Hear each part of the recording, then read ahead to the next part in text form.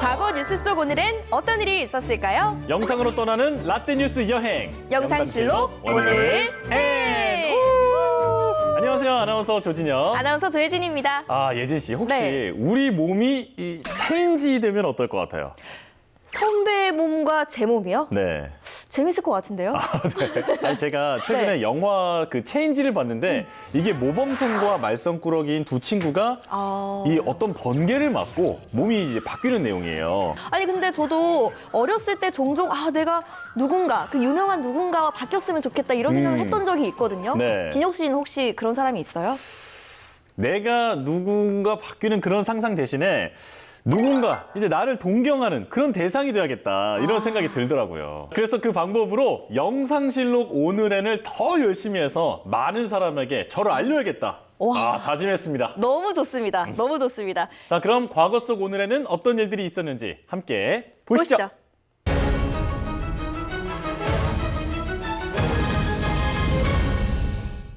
방금 들어온 소식입니다. 백령도 인근 수차 중이던 해군 초계함이 침몰을 했는데 천안함이 훈련 중에 침몰된 것으로 이렇게 확인이 되고 있습니다. 2010년 3월 16일 평택 2함대 사령부에서 출항한 천안함은 임무를 수행하던 중이었는데요. 같은 달 26일 계획된 항로였던 인천광역시 웅진군 백령도 인근 해역으로 항해하던 중 원인 미상의 상황으로 밤 9시 22분 침몰했습니다. 이때 제가 군복무 중이었어요. 이때 당시에요? 네네. 네. 이때 그 군 내에서의 분위기는 정말 충격, 그리고 그렇죠. 정말 침통한 그런 심정이었거든요. 이 천안함에 타고 있던 그 사람들 인양 작업은 언제 이루어지는지 다들 궁금해하고 무엇보다 이 유족들이 애타는 마음으로 기다렸었죠. 그렇죠. 저도 전우라고 생각을 하니까 남일 같지가 않더라고요. 맞아요. 네. 사고 당시 천안함에 타고 있던 승조원은 104명이었는데요. 밤 10시 30분부터 11시 30분까지 58명의 승조원을 구조했습니다. 그리고 나머지 46명은 실종 상태. 열악한 환경 속에서 실종자를 수색 구출하기 위해 군 잠수사들이 투입됐습니다. 그리고 3월 28일 저녁 7시 30분 천안함의 함수 앞부분을 발견. 밤 10시 31분 천안함 뒷부분도 발견됩니다. 그러나 실종자는 찾을 수 없었는데요. 시간이 흘러 사건 발생 9일 만에 실종자 1명이 시신으로 발견됐습니다. 그리고 사실 이 실종자 수색도 문제였지만 이 수색이 난항을 겪으면서 잠수사분들이 잠수병에 걸리기도 했었다고 해요. 실종자 수색을 위해서 잠수팀으로 투입된 한주호 준이가 잠수병에 걸려서 사망하기도 했죠. 그렇죠. 근데 이 잠수병이라는 게 아무리 경험이 많은 분이라 하더라도 이제 건강을 잃을 수 있는 정말 치명적인 증상이잖아요. 맞아요. 이 잠수병은 수중에서 잠수를 마치고 수면으로 올라왔을 때 갑작스러운 이 기압의 변화가 있을 거잖아요. 그 기압의 변화로 몸에 이상이 생기는 증상을 말하는데요.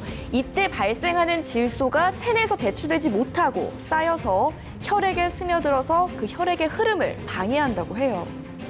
천안함 실종자 수색 작업과 인양 작업까지 걸린 시간은 한 달. 실종자 46명 중 40명은 시신을 찾았지만 6명은 시신조차 찾지 못해 인정 사망 처리됐습니다. 4월 15일 천안함의 함미가 인양, 24일에는 함수가 인양됐는데요.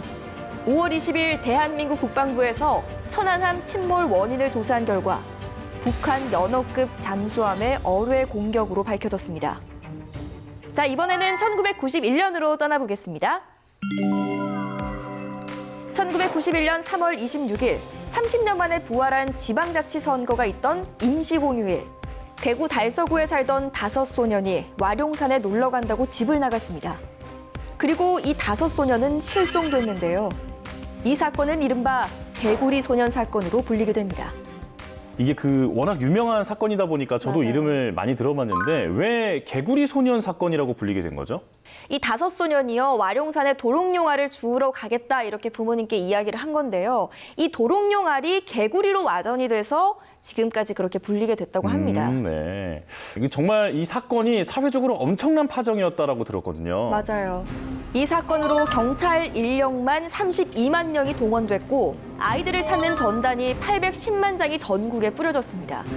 그리고 부모들은 생업을 중단한 채 아이들을 찾아다녔는데요. 하지만 끝내 아이들은 찾을 수 없었습니다. 아니 이렇게 많은 인원이 동원됐는데 목격자도 없고 뭐 도대체 5명이나 되는 이 소년들이 어디로 간 거죠? 그러니까요. 이 부모들은 가슴 졸이며 얼마나 기다리셨겠어요. 맞아요. 그리고 뚜렷한 성과 없이 미제 사건으로 남을 뻔했는데 결국 이 소년들이 발견됩니다. 오, 정말요? 네. 소년들을 다 찾은 건가요? 11년이 지나고서야 발견이 된 거죠. 미제 사건으로 남을 것 같았던 개구리 소년 사건. 하지만 11년 6개월이 지난 2002년 9월 26일 와룡산 중턱에서 아이들의 유골이 발견됐습니다. 그리고 사건의 실마리를 풀기 위해 재수사를 시작했는데요. 하지만 2006년 3월 25일 15년이 지나 공소시효가 만료돼 수사를 종결지었습니다. 저희들로서는 이제 뭐 안타까운 점이 많죠. 안타까운 점도 많고 또 그래도 이제 저희들은 수사를 하는 입장이기 때문에 그 공소시효와 관련 없이 계속적으로 수사는 계속할 겁니다. 아, 이게 결국 범인을 밝히지도 못하고 영구 미제 사건으로 남게 된 거네요. 맞아요. 그리고 이 부모님들은 2번 상처받게 된 셈이잖아요. 그렇죠. 그리고 특히나 이상한 가설들까지 제기되기도 했지만 진실은 알 수 없게 된 안타까운 사건이었습니다. 하지만 어디선가 범인은 꼭 벌을 받을 거라고 맞아요. 생각합니다. 자, 그러면 이번에는 1969년으로 떠나보겠습니다. 1969년 3월 26일 우리나라에서 처음으로 신장 이식 수술이 성공했습니다. 카톨릭 의대 성모병원에서 진행된 수술은 이용각 교수를 비롯해서 내과, 외과 등 20여 명의 의사들이 참여했는데요. 오, 우리나라에서 세계 최초로 신장 이식 수술을 성공한 건가요? 그건 아니었어요. 이 우리나라에서는 최초였고 1954년 미국에서 일란성 쌍둥이를 대상으로 한 신장 이식이 세계 최초였다고 합니다. 그리고 1972년 국내 장기 이식 수술 뒤 거부 반응을 줄이는 면역력 억제제가 스위스에서 개발되면서 성과를 내기 시작했는데요. 1979년에는 뇌사자 신장 이식, 1988년 뇌사자 간 이식, 1992년 심장 이식, 1996년 폐와 장 이식이 진행됐습니다. 그런데 우리나라 최초의 신장 이식 주인공이 누구였는지도 궁금해요. 이 30대의 정 씨였는데요. 이 50대 후반의 어머니가 1년 동안 만성 신장 질환을 앓아왔던 아들에게 신장을 준 겁니다. 어머니가 네, 맞아요. 어떻게 해서든 아들을 살리려는 그 노력을 하셨을 거라고 생각하니까 가슴이 뭉클해지네요. 맞아요. 특히나 또 수술 도중에 마비가 됐었던 신장의 기능을 인공신장이 대신하기도 했고 수술은 정말로 다행히 대성공이었다고 합니다. 아, 그리고 이 밖에도 3월 26일에 있었던 다른 역사를 살펴보면요. 1910년 3월 26일 독립운동가 안중근 의사가 만주 하얼빈에서 조선 침략의 원흉이었던 이토 히로부미를 사살하고 이날 중국 미순 형무소에서 순국했습니다. 그리고 1983년 3월 26일 장정구가 일라리오 사파타를 일방적으로 압도 3회 만에 TKO로 WBC 라이트 플라이급 세계 챔피언을 획득했습니다. 1997년 3월 26일에는 미국 캘리포니아주 샌디에이고의 한 외딴 호화주택에서 사교 집단 1000국의 문 신도 39명이 집단으로 목숨을 끊었습니다.